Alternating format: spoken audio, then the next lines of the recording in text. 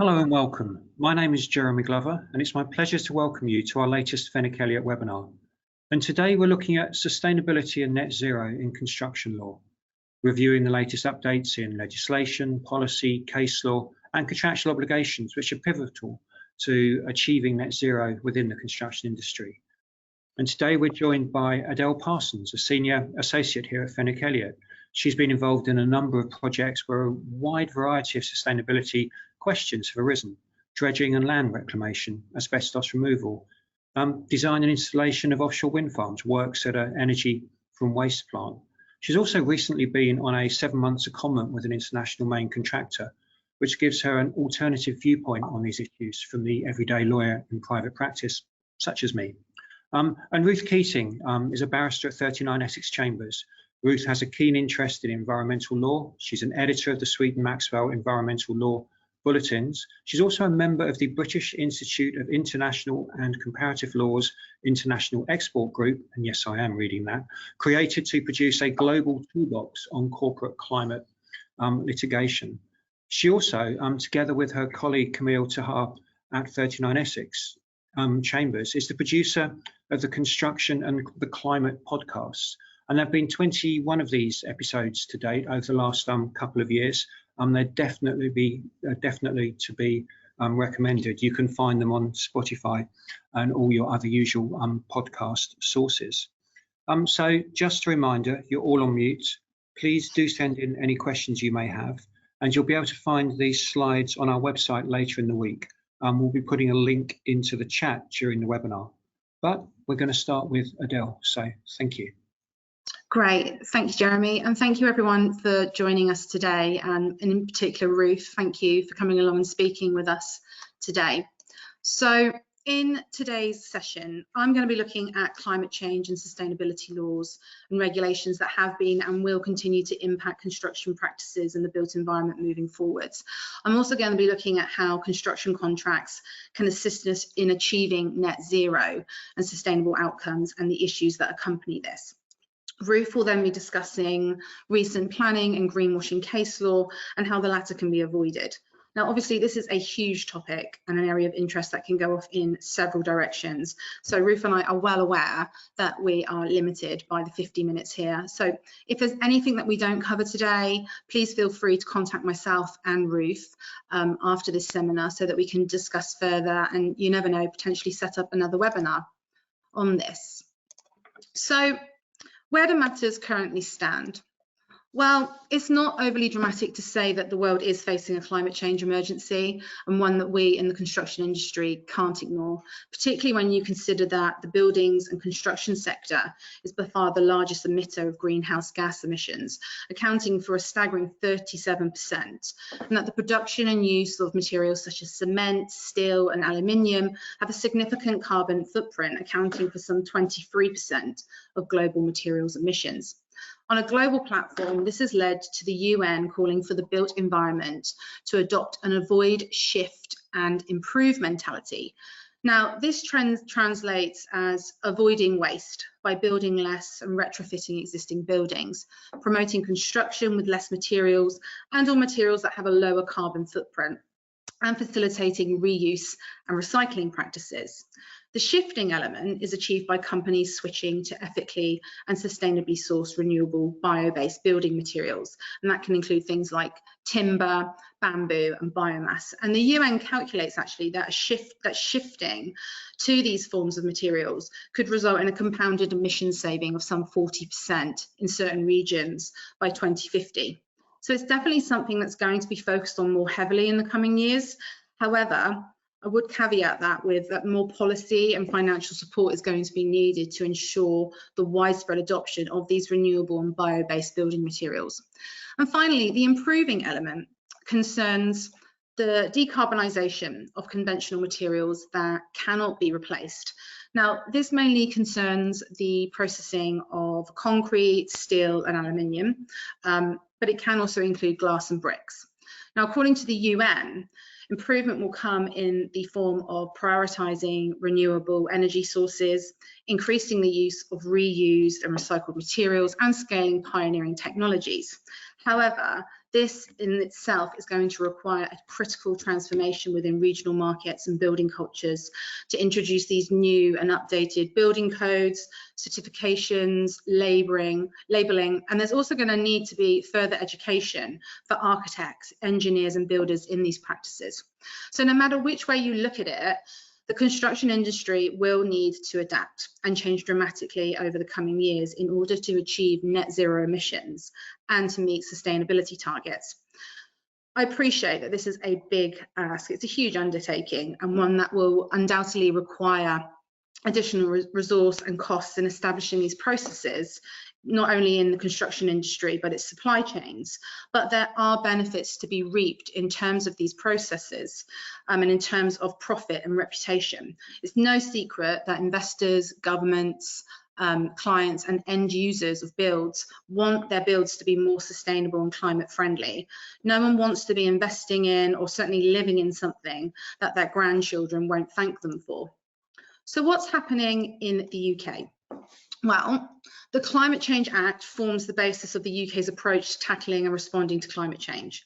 Under it, the UK government has committed to halving carbon emissions by 2030 and achieving net zero by 2050, which essentially means that all the greenhouse gases that are produced by the UK will be offset by those greenhouse gases which are removed from the atmosphere. In order to deliver these requirements, the Act has introduced carbon budgets, these being legally binding 5-year stepping stones towards the 2050 budget. And each successive stepping stone sets a progressive cap on total greenhouse gas emissions that the UK must meet. Now, to date, 6 carbon budgets have been set covering a period of 2008 to 2037. And while budgets 1 to 2 have been met and budget number 3 looks like it will be achieved, the government's Committee for Climate Change has reported that the UK is simply not on track to meet the 4th and 5th budgets. And as for the 6th budget, that is currently a pipe dream the way things are going. To turn this around, the government has recognised that part of the problem is basically turning around the construction sector, which is going to have a vital role in reducing emissions and waste. And this was a matter that was raised a number of times actually during the United Nations Climate Change Conference, or COP26, which the UK government hosted and presided over in 2021. As matters stand, construction emissions and waste is simply too high, as you can see from the slide. Reports such as those undertaken by the Green Building Council report that the built environment is responsible for some 42% of the UK's total carbon emissions if you include the vehicle emissions associated with that built environment. Elsewhere, DEFRA has previously calculated that construction, demolition and excavation is responsible for some 62% of the UK's total waste. So what does this mean for the construction industry, i.e. what's currently expected of us in terms of any statutory or regulatory obligations? Well, at the moment, there's more of a focus on the procurement side of things as opposed to construction practices when you're in the thick of it during a project and during the middle of your build. But that's not to say there's not some key takeaways that we should all be wary of here. So the Environment Act, that sets out a comprehensive framework for legally binding targets to deliver environmental improvements in England. And that it does that by establishing long-term targets for air quality, for water, biodiversity, and resource efficiency and waste reduction. Of particular relevance to the built environment, I think, is a mandatory requirement that major developments deliver a 10% biodiversity net gain in order to be granted planning permission. So in practice, this means that you have to ensure, or developers have to ensure, that the species abundance on its sites by 2042 is at least 10% greater than it was in 2030. So in practice, the scheme and ascertaining the 10% net gain works around the concept of these standardised biodiversity units. The number of units within a habitat are going to be dependent on things like size, its location, the type of habitat, and its perceived importance, not only within, say, the community surrounding it, but those environmental agencies or charities that might want to get involved with it. Secondly, you've got the construction playbook, which, as most people know, sets out what the government expects from industry and suppliers in respect of public projects. Now, this was updated in September 2022 to include an expectation for government bodies to use modern methods of construction, and this is to reflect the progress that these methods have already made to reduce costs and the environmental impacts of builds. So the government are very hot on this. There's also an expectation that authorities are to take a whole life approach to mitigating carbon. Now, whole life approach is something that comes up a lot, not only when you're looking at sort of regulations and laws, but we'll also touch upon it when we discuss the contracts in a little bit. Now, this is an approach that considers not only carbon emissions resulting from the materials used and the construction processes, but is also meant to consider the use of the building over its entire life, its maintenance, and it also has to include the emissions that are going to be produced if that building has to be demolished or disposed or corrected or amended in any way. And the idea is that these whole life assessments will provide a true picture of the building's carbon impact on the environment. The UK is also the first country in the world to require that all companies bidding for government contracts worth more than 5 million a year commit to net zero emissions by 2050. And companies bidding for such work must also detail their greenhouse gas emissions via what's known as a carbon reduction plan. So ultimately, it's going to be very important for those in construction to be up to date with changes on ESG law and policy to understand the potential implications as regards procurement and managing projects moving forward. I think we particularly in the construction industry and certainly amongst my contractor clients and my subbies, we've also got to be particularly aware of contracts that require contractors to carry out and complete works in compliance with statutory requirements, industry guidelines and best practice, because in the coming years, all of this legislation, as it's being developed further, it's going to impact the construction industry.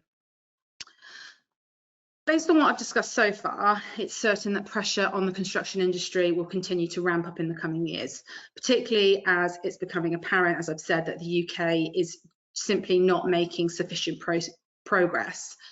Progress is simply not fast enough, as the slide there acknowledges. Indeed, at our current rate of progress, I think as matters stand, we're only likely to meet 60% of the 2050 target. So we're well below. So how can the construction industry adapt and comply? Well, the first is by focusing on these whole life assessments that I've discussed previously. It's not just looking at your emissions as regards materials and your building practices. It's looking forward and making sure that what you are building, what you are designing will help or will be able to reduce or eliminate future emissions in respect of how that build is operated and ultimately how that building is demolished. There also needs to be a focus on supply chain decarbonisation. You need to ask, for example, what are your subcontractors and what are your material suppliers doing to help matters? There also is going to be an increasing focus on waste and resource efficiency. I know for a fact that, for example, the Environment Act currently contains a principle which is very much pushing for those who are responsible for pollutants and effluents and things like that to be responsible and to pay fees and fines for that pollution, i.e. the pollution shouldn't be the responsibility of the end user or the wider community. Elsewhere, there needs to be more support from regulatory frameworks to integrate net zero and sustainable infrastructure across all sectors and create benchmarks and standardization where possible. And again, this is going to be quite important in terms of some of the contracts that I'm going to come on to discuss. There also needs to be more research into low carbon initiatives, not to say that there aren't initiatives out there already, but it's something that just needs to continually be developed. There also needs to be prioritised land regeneration and infrastructure for carbon reduction. And we also need to prioritise retrofitting as opposed to demolition and rebuild practices. And of course, there needs to be more contracting for sustainability and climate change. So against that backdrop, let's look at how construction contracts can be used to achieve net zero or sustainable outcomes. So at present, and apologies for being a little bit negative from the outset, but it's not straightforward. The problem with a lot of sustainable or say net zero contract clauses at the moment is that they're aspirational and they lack the punch of some of your more black letter provisions you typically find in respect of say defects or time, i.e. those obligations in a contract which set out clear defined obligations and sanctions for a particular breach. Issues such as climate change, carbon emissions and sustainability are areas still being investigated and developed on a scientific and a regulatory level. And therefore, it's difficult to define terms such as biodiversity net gain, carbon emissions, or even sustainability without any certainty at present. With any certainty at present. We're also lacking clear-cut and importantly, universal baselines or standards, both on a domestic and certainly on a global level, say for the imposition of key performance targets and associated sanctions. In summary, and the problem, as I've summarised on the slide there, is that although sustainability and climate change is recognised as a problem, that recognition is certainly not universal. There's also a problem in understanding and defining what we mean by sustainability and climate change. And this in turn raises the question as to how the construction industry draws the right conclusions so as to address sustainability and climate change in its contracts. Ultimately, the question is not whether a construction contract should provide for climate change or sustainability or net zero. It certainly should, and it's going to have to, the way things are going. But the question is how it should provide for these things. So let's look at what the standard forms have been up to in terms of addressing sustainability and climate change. Well, in July 2022, the NEC published Secondary Option X29 on climate change for all its NEC4 main and subcontract forms. Now, it did this with the aim to tangibly demonstrate carbon reduction initiatives on future builds across the construction sector, and to also incentivise parties to reduce the impacts of emissions arising through the life cycle of an asset.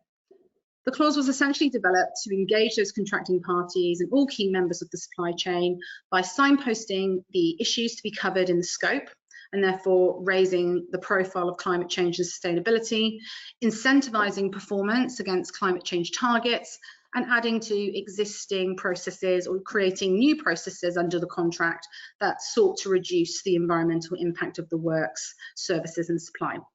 Now, it does this through introducing defined climate change requirements, which form part of the scope and are things which the contractor must provide or comply with. And those CCRs can include things such as levels of recycling, use of renewable power, electric vehicles on site, reducing waste generation, or designs that reduce carbon emission. Climate change partners are also defined under the CCRs, these being people or organisations who contribute to the achievement of the requirements and who the contractor is also to collaborate with. And I should imagine that will be people like local authorities, relevant environmental groups and all the Environment Agency. Where they relate to the works, a failure to comply with a CCR is treated as a defect under the contract. So careful consideration must be given as to the content of your climate change requirements to make sure they're achievable. I'd also say that employers, on the flip side, also need to ensure that the requirements aren't too onerous. Otherwise, that's just going to lead to bidders either refusing to bid for work or going the other way and including substantial risk allowances in their bids. The next thing X29 introduced was a climate change plan, this being a plan or strategy on how the contractor intends to achieve the climate change requirements. And this is things people like stakeholders, their roles, timescales, key milestones, tools and tasks to get there. Similar to the NEC or the accepted programme under the NEC, it's a statement of intent only, which is either identified in the contract data or submitted by the contractor within a specified period. And there's no direct contractual sanctions if a contractor fails to comply with the climate change plan. And I think this is to be expected, as it may be the case that as time goes by, particularly on a longer project, that there are changes to the works, or that it transpires that there are different, more efficient means of meeting the CCRs, essentially meaning that a contractor should not be limited or held back in any way by its original strategy as set out in the plan. And indeed, this approach is reflected in the fact that the climate change plan is not a static concept. It can, and in all likelihood, will need to be revised as the works progress due to changes, in example, to the order and timing of the works, the contractor's methodology and scope. And you'll see there as well that ultimately it's up to the project manager to approve or reject the plan within 2 weeks of it being submitted. Now, a reason for not accepting a climate change plan is that it either doesn't comply with the climate change requirements or it won't allow the contractor to provide the works. So there's definitely a balance to be struck there when considering your plan and what's going to go into it. NEC4 also introduced a performance table. Now, this being something that the parties can opt to include in the contract in order to set a performance management regime in relation to matters that may impact climate change, and with the aim of reducing the whole life cost of the project. Now, it does this by giving clients the flexibility to set any targets it wants to achieve in relation to climate change with associated financial incentives, which can be positive or it can be negative. And this is in order to encourage the contractor to achieve those targets. There's no limit to the number of targets that can be set, but they must be capable of objective measurement, which, as I've mentioned previously, is a bit of a sticky point at the moment.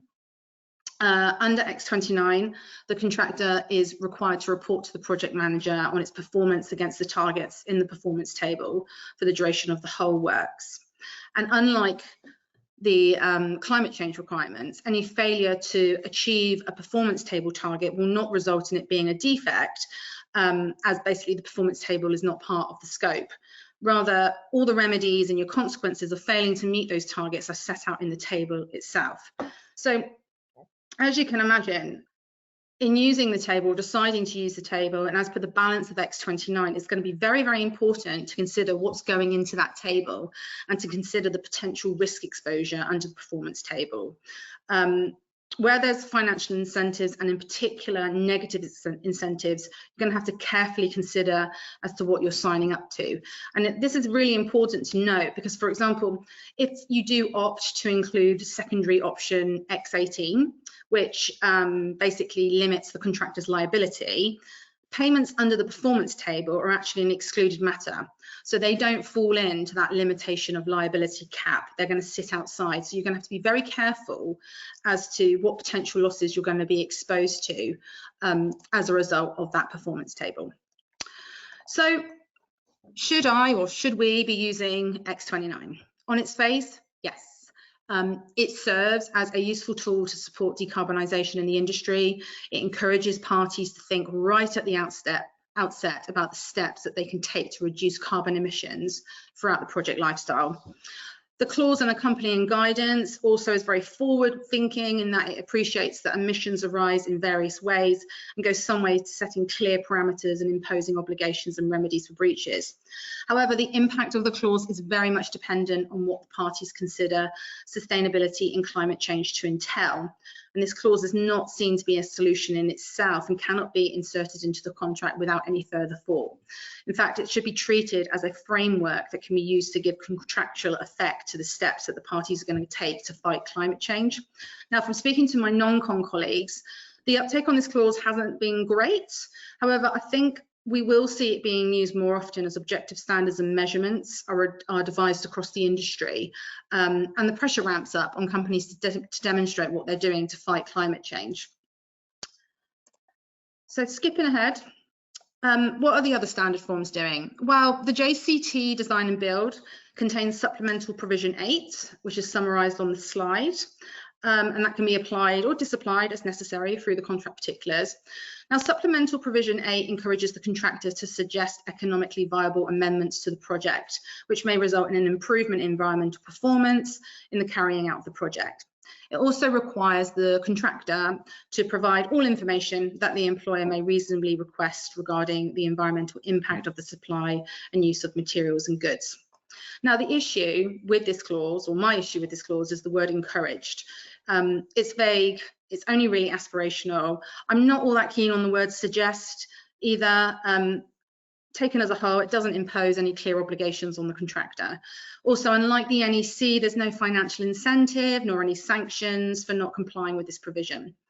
Therefore, these provisions, I think, to have any impact are going to need to be amended. And that could be in the wording for, say, the wording encouraged to suggest could be replaced with shall suggest. Timescales could be introduced with the provision of the proposed amendments.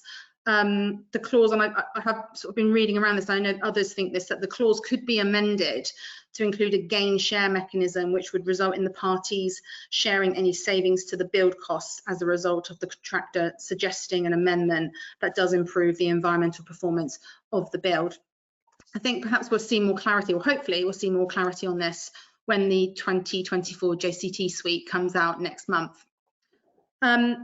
As for FIDIC, and I won't keep you much longer, Ruth, because I know I'm running over a little bit. As for FIDIC, the red, silver and yellow books seem to address some of the issues I have with the JCT, in that they contain what feel like more objectively measurable targets, as they require the contractor to take all necessary measures in the case of the 2017 suite, or take all reasonable steps, as is the case of the 1999 edition. And this is to protect the environment, both on and off site, limit damage and nuisance to people and property resulting from pollution and noise, for example, and to ensure that emissions, surface discharges, effluent and the like that arise from the contractor's activities don't exceed values stated in the ER's specification or applicable laws. FIDIC are also working hard at the moment to produce a series of net zero clauses for its contracts, with clear definitions as to all things carbon emission related. In fact, our Jeremy Glover is a member of the FIDIC task group, so I'm sure we'll be seeing some key developments on this over the coming months. And then finally, I couldn't speak about contract clauses today without referring to the Chancery Lane project. Now, this is a non-profit body of lawyers and participating organisations, which again includes FE and our Mr Glover, who have drafted a number of provisions that are intended to be incorporated into construction contracts to fight climate change. It also provides a lot of associated and very helpful guidance notes. And I've put some of these provisions on the slide. You've got things such as Ashcan's clause, which imposes a requirement to use all reasonable endeavours to procure and implement sustainable on-site working practices. So a real sort of treasure trove there, I think, of clauses that should be reviewed when you're drafting your contracts. While parties to a construction contract are obviously not obliged to adopt these kinds of clauses, and it's ultimately a matter of commercial negotiation, I think it's important to reiterate that there are some drivers towards their inclusion. In particular, and putting the obvious environmental considerations to one side, project funders or equity providers may make lending conditional on meeting certain environmental objectives. In addition, growing corporate ESG policies of owners and other parties in the supply chain, along with shareholder activism, are also going to increase the pressure on parties to adopt sustainability provisions. So while these clauses are not the overall answer, they're certainly a good step in the right direction. So just to summarise, what can we take from the foregoing? Well, work needs to be done on a scientific, regulatory and legal basis to turn more net zero and or sustainability provisions into tangible obligations, not just aspiration. And in that vein, amendments to the standard clauses should be considered to ensure that good sustainability practice is not just encouraged and is not just aspirational, but it becomes an enforceable obligation. In the future, and as a result of committees such as the FIDIC task group and the Chancery Lane project, we should expect to see a number of bespoke provisions being included in contracts and or amended further by measurable and enforceable performance targets. That's not to say the process will be painless. For example, one of the issues in using concrete language is the potential difficulty in reaching agreement regarding the level of sustainability and emissions performance to be met. This is going to be particularly difficult in, say, a global or multi-party project where stakeholders have different ESG policies and different ideas as to what sustainability entails, what climate change entails. And there's going to be varying performance indicators as well. So it's going to get quite tricky. So drafters are not only going to have to consider this, but maybe say on a more domestic level, you're going to have to consider how it's going to affect your documents and your contracts up the chain, down the chain. You need to consider how these provisions are going to affect the balance of your contracts. You don't want to be introducing them to the point that they're causing inconsistency. However, despite all of this, the sector does need to recognise the legal, commercial and reputational benefits in using contractual provisions as part of its overall steps to reducing its carbon footprints. And I think that this is certainly going to be something that's going to be on all of our radars for quite some time. On that note, I'm going to pass over to Ruth. Thank you very much.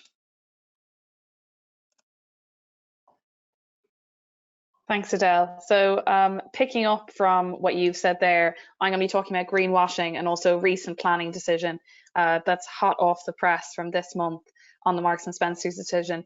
Picking up what you said there, Adele, I think what these areas demonstrate is where is the pressure going to come to implement, let's say, the kind of clauses that you've highlighted. I've already seen examples where funders are requiring people to consider how they're going to have their green credentials for their projects. And you can see all of the other parties who'd be interested. So insurers and not least consumers who, thinking about it in 10 years time, might not want to live in an iconic large building in the middle of a big city, which is known for not having very good green credentials.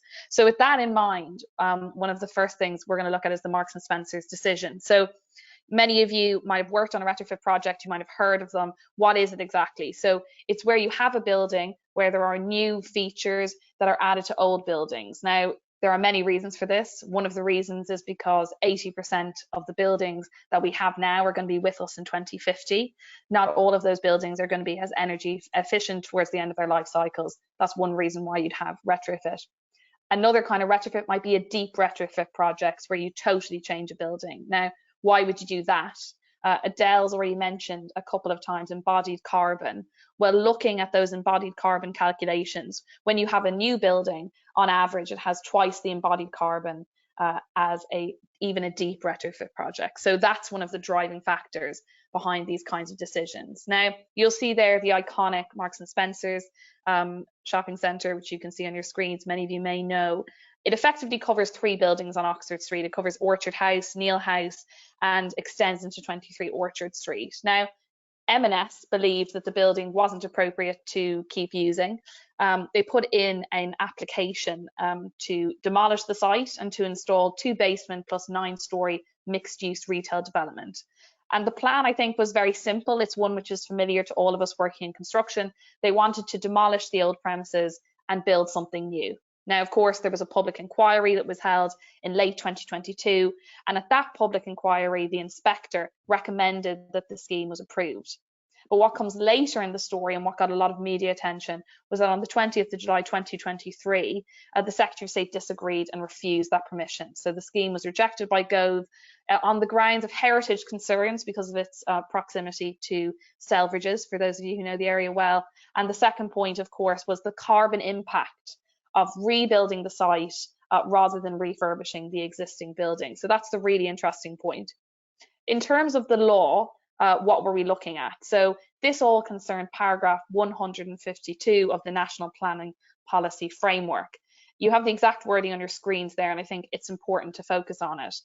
Paragraph 152 provides that the planning system should support the transition to a low carbon future in a changing climate, taking full account of flood risk and coastal change. It should help to shape places in a way that contributes to radical reductions in greenhouse gases, minimises vulnerability, improves resilience, and encourages the reuse of existing resources. And that's really the key bit that the Secretary of State was concerned with. So what did the Secretary of State say? They interpreted that as saying there should generally be a strong presumption in favour of repurposing and reusing buildings, and they cited paragraph 152 of the National Policy Framework.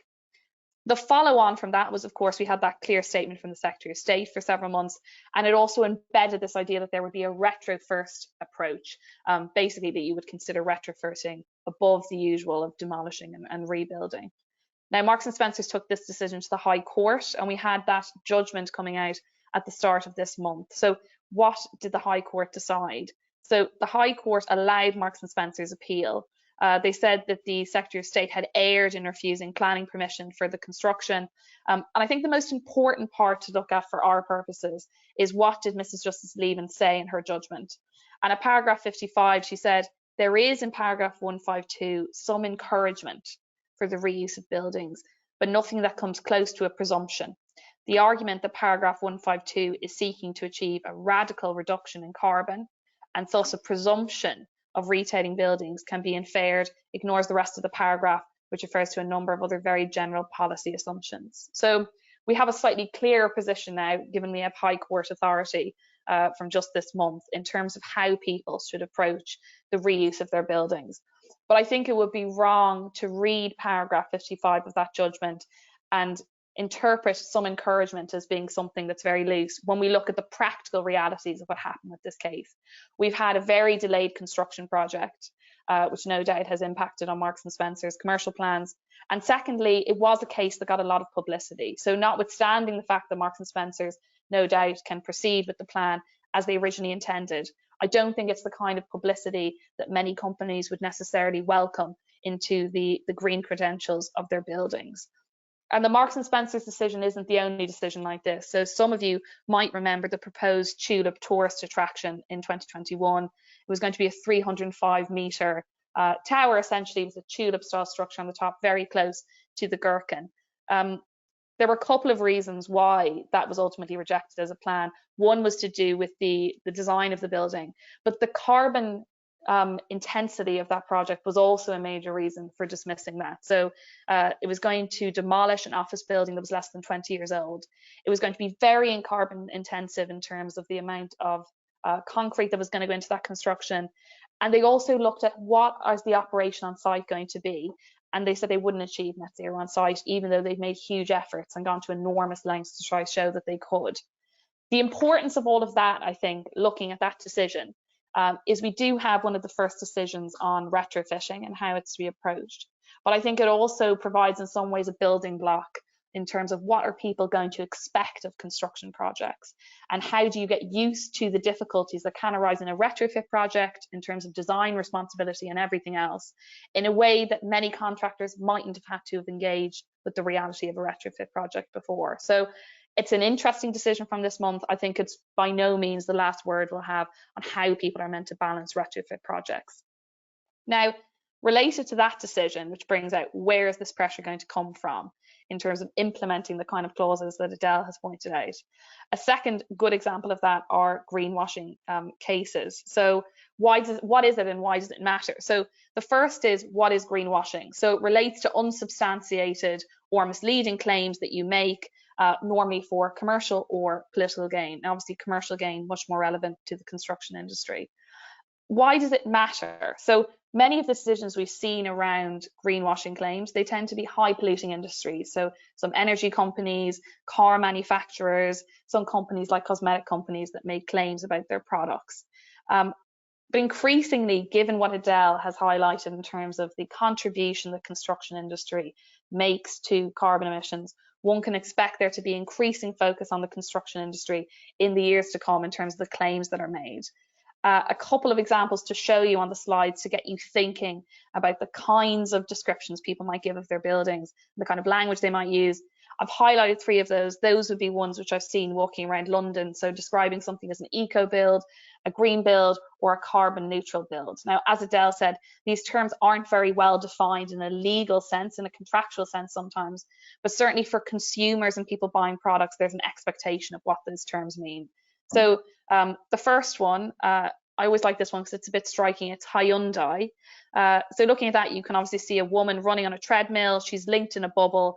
And I think that the clear message that's being given there is that the tailpipe emissions of this car are so clear that you can breathe them in, even when, if you were like me, deeply running when you're breathing. It's quite a stark example. Now, the text that isn't given there, but the text that went alongside it said, introducing the next generation of fuel cell vehicles, all new NetZero, a car so beautifully clean it purifies the air as it goes. Now, there were other accompanying claims that were made about this. One of them was that Hyundai claims that if 10,000 of its cars were on the road, then the carbon emissions reduction will be equivalent to planting 60,000 trees. So I think we can see the certainty there with which these claims are put. And I think that's quite an important thing to keep in mind. So there were a number of complaints made, and in June 2021, the ASA, or the Advertising Standards Authority, made a ruling on this advertisement.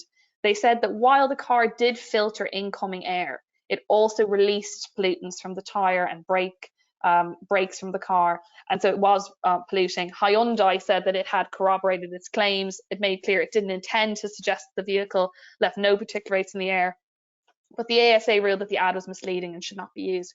I think it's a good example because it's quite stark visually when you look at it, but I think you can have some sympathy for Hyundai in terms of what they felt about the car. But what it really underlines when you come down to the bottom line is that if you are going to make a claim, you need to be really clear that you can evidence every single part of it. And if you can't evidence every part of it, then you need to think about how you adapt your language. Now, the next decision to go through is going to be the ASA ruling from HSBC. So this is an interesting one. This was 2 posters that were shown in London and Bristol in October 2021. Now, the first feature featured an aerial image of waves crashing on a shore. The text isn't an eyesight test there, so I'll just give you a description of what it says. It says that climate change doesn't do borders, neither do rising sea levels. That's why HSBC is aiming to provide up to 1 trillion in financing and investment globally to our clients. Now, there's a second image there, so you can see what behind is. That's tree growth rings in the background. That will become important. That has slightly different text, and it says climate change doesn't do borders. So in the UK, we're helping to plant 2 million trees, which will lock in 1.25 million tonnes of carbon over their lifestyle. Now, the ASA received 45 complaints on these 2 ads. They ultimately upheld the complaints in respect of both ads, but it's interesting to look at this as an example of how would these kind of cases be brought in the construction industry. Now, it's a financial markets advertisement, understandably a very complex industry, and I think that was reflected by the fact it took a year actually for the decision ultimately to be given by the ASA. Now, what did the ASA say when they looked at HSBC's ads? They said that people would understand that HSBC was making and intending to make a positive overall contribution as a company to the environment. They said that when a consumer looked at this, they would understand that the environmental benefits of planting trees would make some meaningful contribution towards reducing greenhouse gases. And importantly as well, in thinking about how do you present these claims, they thought it was important that imagery from nature was borrowed and put in the back of these advertisements. Now, again, a bit like the Hyundai claim, when you dig into it, HSBC made arguments that, of course, they were going to invest $1 trillion globally to help that transition. It had been reported in their annual report in 2020, so they could evidence it. But when you looked at the annual report for that year as well, it was clear that HSBC currently financed a lot of emissions heavy different industries. And so the ASA said, you can't just look at one investment you're making in isolation, we need to look at the global portfolio. I think that point for me has a lot of relevance for the construction industry. When you're making claims, you might feel as though you're making a claim about one aspect of the building perhaps, but you need to think about what impression does this give of the entire construction project or indeed the entire company. And the key takeaway there from the ASA was you can't cherry pick certain aspects of the business. Now, it's of note because it was the first greenwashing decision that the ASA made against the financial sector marketing industry. But I think what it underlines is that increasingly we're going to see these kinds of cases being taken against a variety of different industries. Now, the final example to give to you, because this was just actually handed down yesterday. So it's a decision from a Dutch court. Some of you might have been following this decision in the news because it's taken some time. It was a greenwashing case taken on behalf of 2 different people, and they essentially argued this fly responsibly advertisement which was shown was misleading. According to the complaint, what it was argued was that KLM's use of biofuels and synthetic fuels wasn't sufficient to make flying sustainable, as this advertisement suggested, and also the KLM CO2 zero offset scheme essentially also gave the impression that you could successfully offset carbon emissions. Again, I think that's something that a lot of industries do in terms of advertising their green credentials. There was an interesting statement made by a client, Earth lawyer, yesterday, and he said this judgment is nothing short of a wake-up call for highly polluting industries and companies who've tried to sell the image of commitment to the Paris climate goals. The relevance of that quote, I think, is it shows how a decision like this could be picked up and used for other industries. Now, digging into the detail of that decision, 19 specific statements by KLM were in issue. The court upheld complaints in respect of 15 of them. And what the court said was that they had failed to provide consumers with fair and concrete information. And again, I think that's the key takeaway when you look at these 3 decisions, is that if you are going to make a claim about your green credentials, you need to think about how you're going to be able to demonstrate it. And maybe even that process of thinking about how do we demonstrate our claims is going to underline that there may be issues with certain points you're making. Finally, what I think is interesting is that they said that if KLM informed consumers about its ambitions in CO2 reduction, for example, it should have done it in a way that was reflective of the reality of flying. So again, a decision that's very interesting, one that's recent, and again, one where KLM is obviously getting a lot of attention and publicity for the green credentials that they have claimed to have.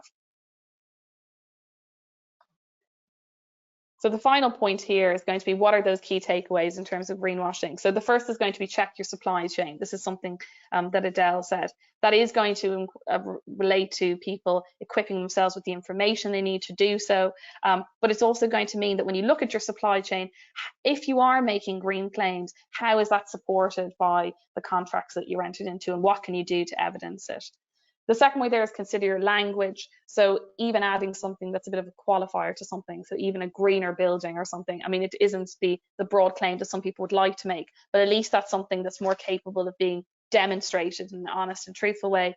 And finally, evidencing your claim. So things like, should you look at your contractor using environmental product declarations that can independently verify how carbon intensive certain project or products are in the construction project? They're all important points.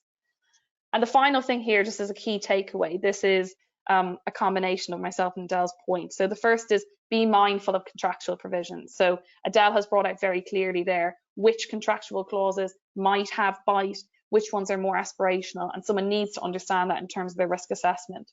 But also think about those other classic contractual clauses that are already in there. So things like, where does design responsibility lie, is going to become increasingly important, particularly in a retrofit project. What about things like the kind of design life requirements that you've signed up to under a particular construction project? Perhaps think about, where is the building or project situated? How could climate change or changing weather patterns impact some of those classic clauses that we've all probably undertaken for years and not thought about in the same level of detail that we have to? The second point there is to know your supply chain, of course, to train up people within your organisation to be able to interrogate and understand those requirements, understand the claims you make and be able to evidence them. I think that's probably one of the most important ones here. And finally, retrofitting is encouraged. Now, that's the last word we'd have from the High Court from this month, but I think increasingly you can imagine that language becoming more than encouraged. And if someone hasn't built that experience contractually and in terms of their experience as a contractor, it's going to be harder to catch up with that. So those are the four key takeaways. I think we're going to hand over to Jeremy to see if you have any questions. Yes, thank you, Adele. Thank you, Ruth. That was really interesting and also bang up to date. So really appreciate that. Yes, there have been 2 or 3 questions that have come in.